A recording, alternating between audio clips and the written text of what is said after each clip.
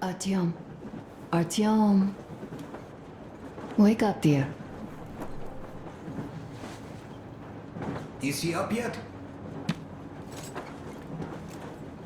Artyom, the colonel wants you on the bridge. See you later.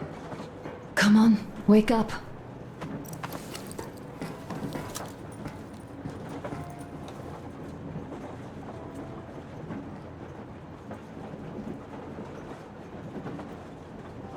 You did a great job there. We're not home anymore, so we'd all better act like you did. Smoothly. It's not like there's many of us humans left now. So I hope someday we will be able to trust others just because. Because they are people too. Am I bothering you? Sorry, I'm in a philosophical mood today. Stay here for a bit, Artyom.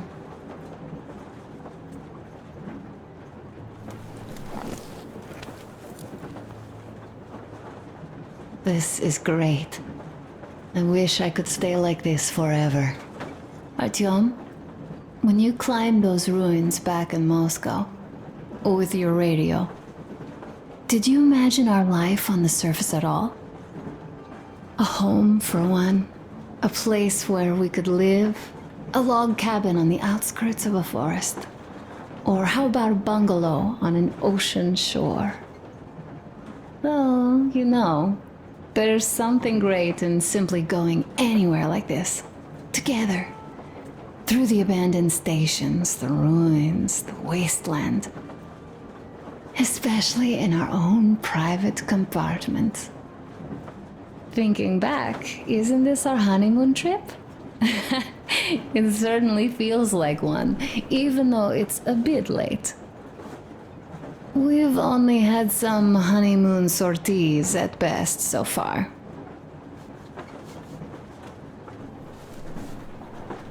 You know, I had a talk with Katya. I'm sitting here recalling that bridge and those people there, and we've been sitting underground for 20 years, and they haven't. So what? These are not the same people who used to build cities, planes, and space rockets. They are just like us in Metro, only even more dejected. They are essentially slaves. For real. They work all day and pray all night, always watched, always directed. Everything is under control. Everything is decided by the community. Well, I mean, Silantius. They don't even have any property. Even their socks belong to the community. They're just entranced with him, with these ridiculous lies about electricity. Of course, not everyone got fooled easily, but if they dare ask questions, they get penance, exorcising an electric demon with prayer and the cross. But that's a death sentence. How is a flashlight dangerous? Or a radio? But no, they shun it all. They hide and keep praying. How can you even make people believe this ridiculous garbage within just a few years? People in general start believing lies surprisingly easily, don't they? As long as those lies are convenient or at least familiar. Take us, in Metro. All right, we haven't met the occupying forces yet. If we disregard that shirt I found on an antenna... Katya and Crest, never met them either. But maybe they are still out there somewhere. And if they are, then they didn't even tell us about them back home. They didn't tell us that the war was still on. They just made us believe that there's no life anywhere outside of Metro. They've been lying to us. Lying non-stop. All this time. Were their intentions good? Perhaps. But the Metro is a castle built on lies. Damn, am I angry. And so far, no matter how far we get, we haven't met a single enemy. Isn't that strange? But Father won't have a word of it. Stay vigilant, be careful, the enemy never sleeps. You know, I love my father. A whole lot, no matter what. But what if everything he's been told is just another layer of lies? I hope we'll find out how deep this rabbit hole is once we get to Yamantau. Well, what do you know? I do feel better now after telling you. Thanks for hearing me out, Artyom. Let's just sit here a little.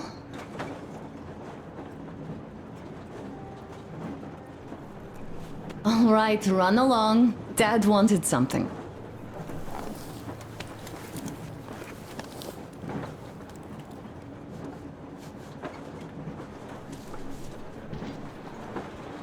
Uncle Artyom, Uncle Tokarev has already set his shop up.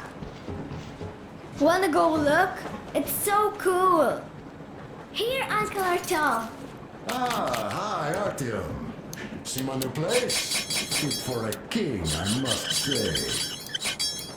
What do you think of this workbench, eh?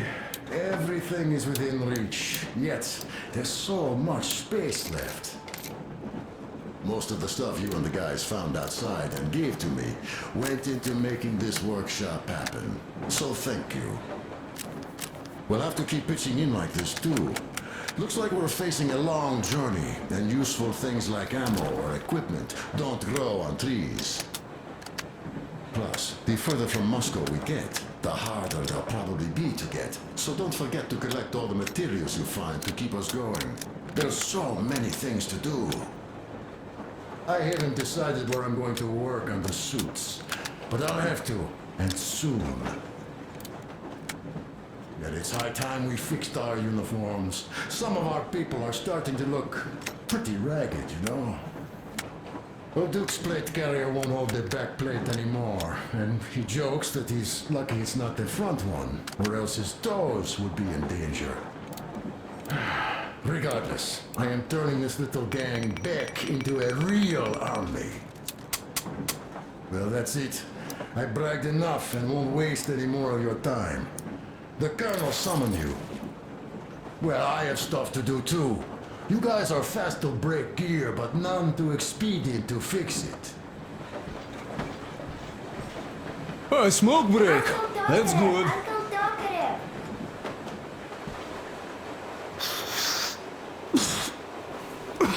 Oh, this is one mean smoke. Damn, this is rough. Well, nothing we couldn't take.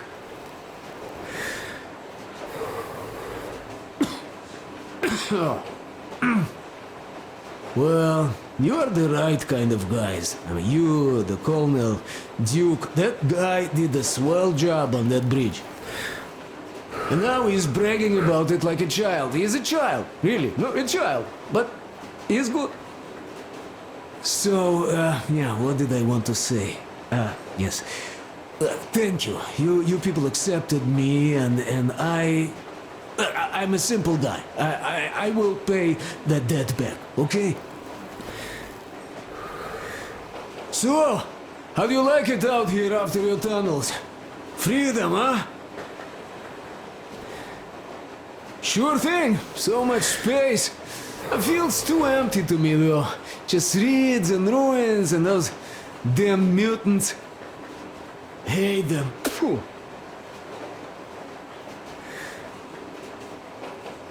Though you guys are gonna see the government, so, bratucha, don't be mad, but just tell me, what the hell do you even need them for? Well, of course, it might be interesting to take a look, but throughout all of my rambling, I only met two kinds of ex-government people.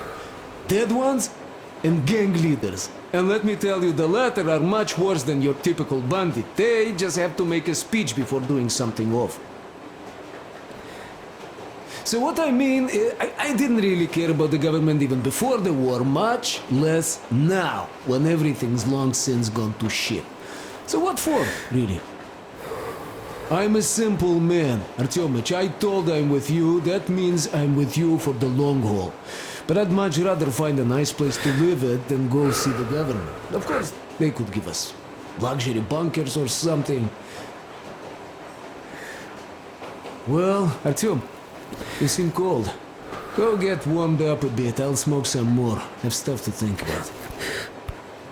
Or just stay. We have enough space now. What would you like to ask, Nastya? Uncle Tokarev, do you have a sewing machine? No, I don't.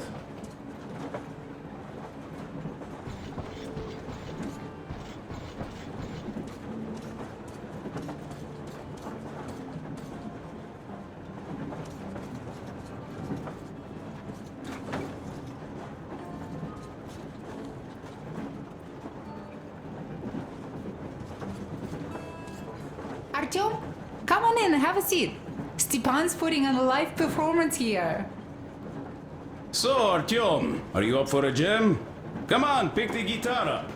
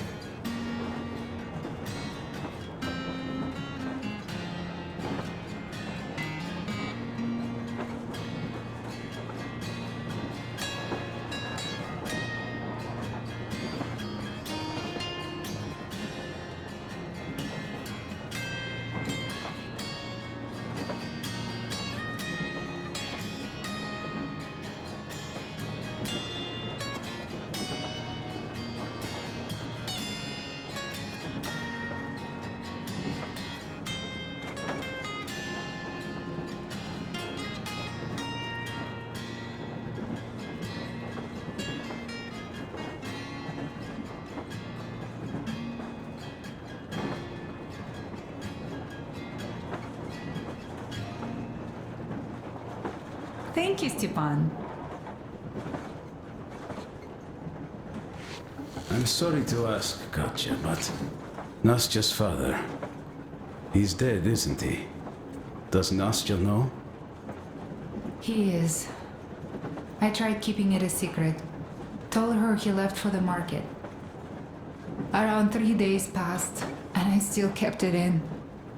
I just sat there with a needle in my hand and didn't see anything. It was all black before my eyes. And then she snuggles up to me and says, "You should cry, Ma. You will feel better." Sieni used to say it.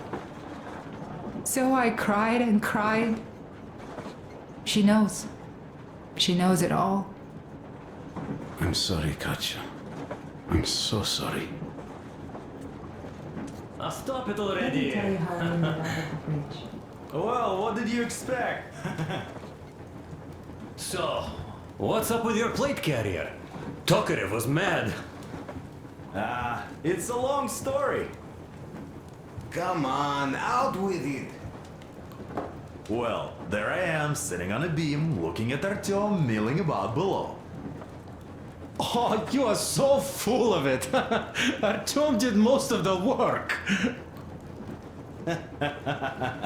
That he did, yeah, he did. But you don't have to interrupt my lies.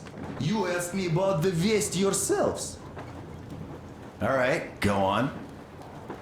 So I see Artyom get to the door, and I think it's time I came down. So I do. But something just holds on to me. What does? How should I know? It's dark, nobody around. But I can't move. And those locals kept going on about Tsar something. So I thought I was in a kind of a bind. So? So I just unfastened the safety and let down. There was that shed down there. The roof was kind of close. And what about the Tsar? Oh, blue, the Tsar was huge, scary as shit. There was this rusty bolt, and my carrier got snagged on it. Well, you, Duke, are lucky you already have a nickname. That's hilarious. And what was next? Oh, next. Next we jumped that old preacher of theirs. Well, Artyom did most of it. He swooped in like a hawk. Yeah, he's good. While I was clamoring about those beams and fighting that side. Oh, I'm killing myself. Well, he basically solved the whole problem. True that. Good job, Artyom. Yeah, you both did well. Crest also. Sure, he did a swell job distracting those guards. I almost wet my pants with laughter when they started hauling that timber. He's an artist. Yeah, he's a great guy. You all came out on top of the game. And that calls for what? A drink. You nailed it. You truly are one of us now, Sam. Will you be joining us? Nah, not now. I'll have some at dinner. Well, you'll have to catch up then. Sure thing. Anyways, we will just have a little as a warm-up now.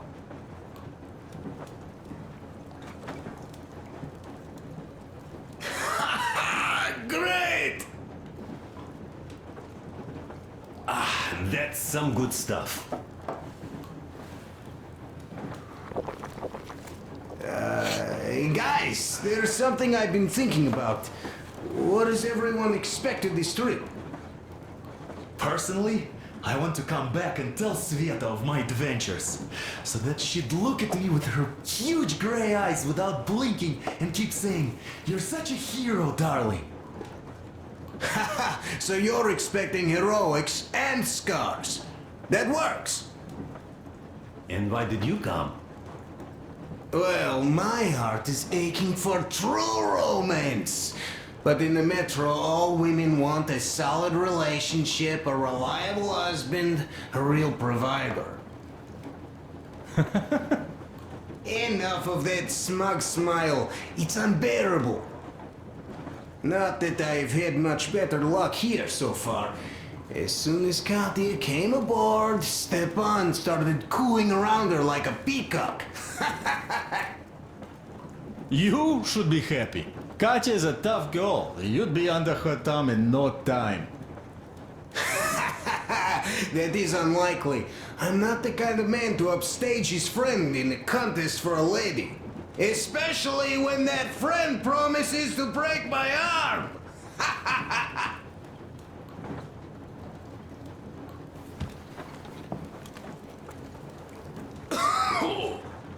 I'll catch my stroke of luck soon enough.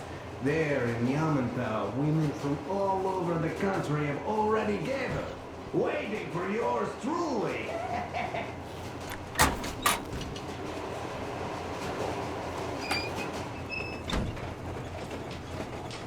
Come here, Artyom. Listen. I had a talk with the Ark. All thanks to Tokarev. He got the decoder working. Ark, come in. Come in, Ark. Over. This is Ark. Identify yourself. Over. This is Colonel Sviatoslav Melnikov speaking. I'm in command of a special operations force. We have received your signal and are currently heading your way. Do you copy? Over. Yes, yes. Hear you loud and clear. Who am I talking to? How do I address you? The Deputy Chief of Communications Department, Major Ivanov. A moment. Oh, yes, Major. I understand that the checkup is in order. Great, Colonel. Melnikov? Simply capable. I am sorry for the lack of trust, but as you know, the situation is dire and the enemy is always ready to strike. I do understand, Major, and I hope that you can tell the leadership that my people are true to their duty and will be at their full disposal as soon as we arrive. Over. Thank you for the great news.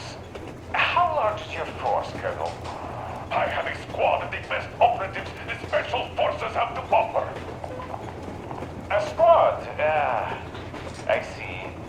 Well, this is great. Great! Yes, we aren't a large force, but we bring a message of extreme importance. We are heading towards you from Sector K6 Alpha. Do you have any data on enemy forces we might encounter on the way? Over. Just a moment, I have to check. K6, Alpha, you say? As far as I can see, there have been no enemy encounters reported in the area, Colonel. I regret. I must end our conversation here, but know that we are waiting for your arrival. I am making my report immediately, and I am sure the Minister of Defense will be eager to see you. This is a great honor. Thank you. Just a few words more, though. What is the general situation there, Major? Please. Colonel, sir, you do understand this is classified information. But I do understand you.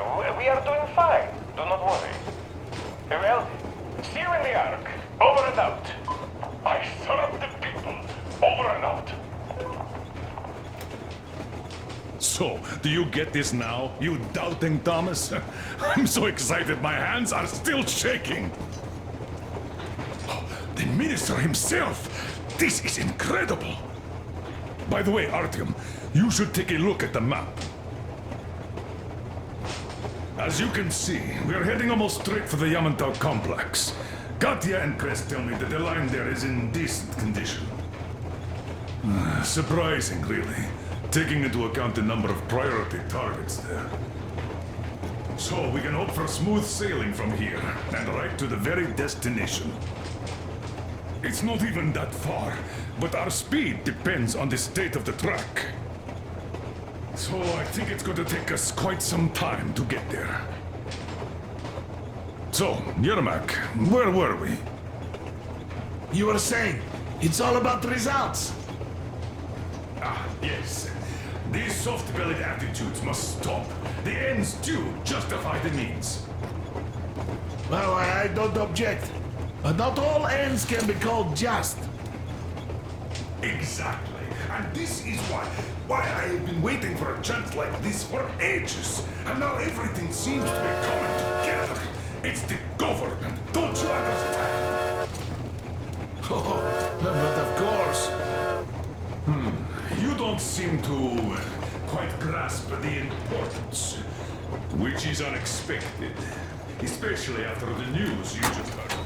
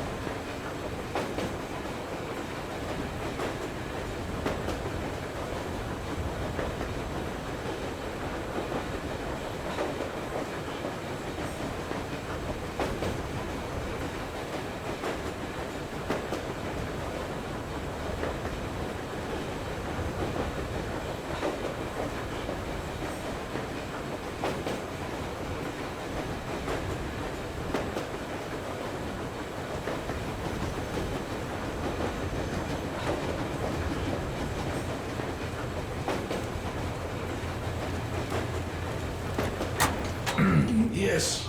Well, there is a government. So what? We spent so many years apart, so why worry now?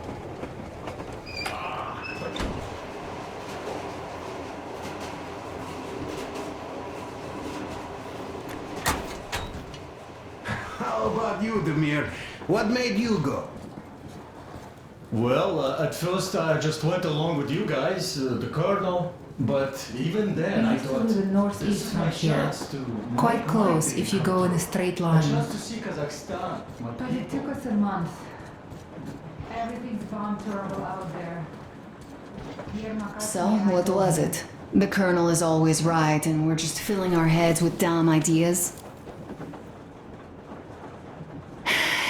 like living in a fairy tale. A prince has rescued his princess from a monster-infested dungeon and is taking her to his magic kingdom where they are going to live happily ever after. Do you think we're going to find that kingdom in the end? Though, if it's with you, I'll be fine anywhere. Live happily ever after is the most important part as far as I'm concerned.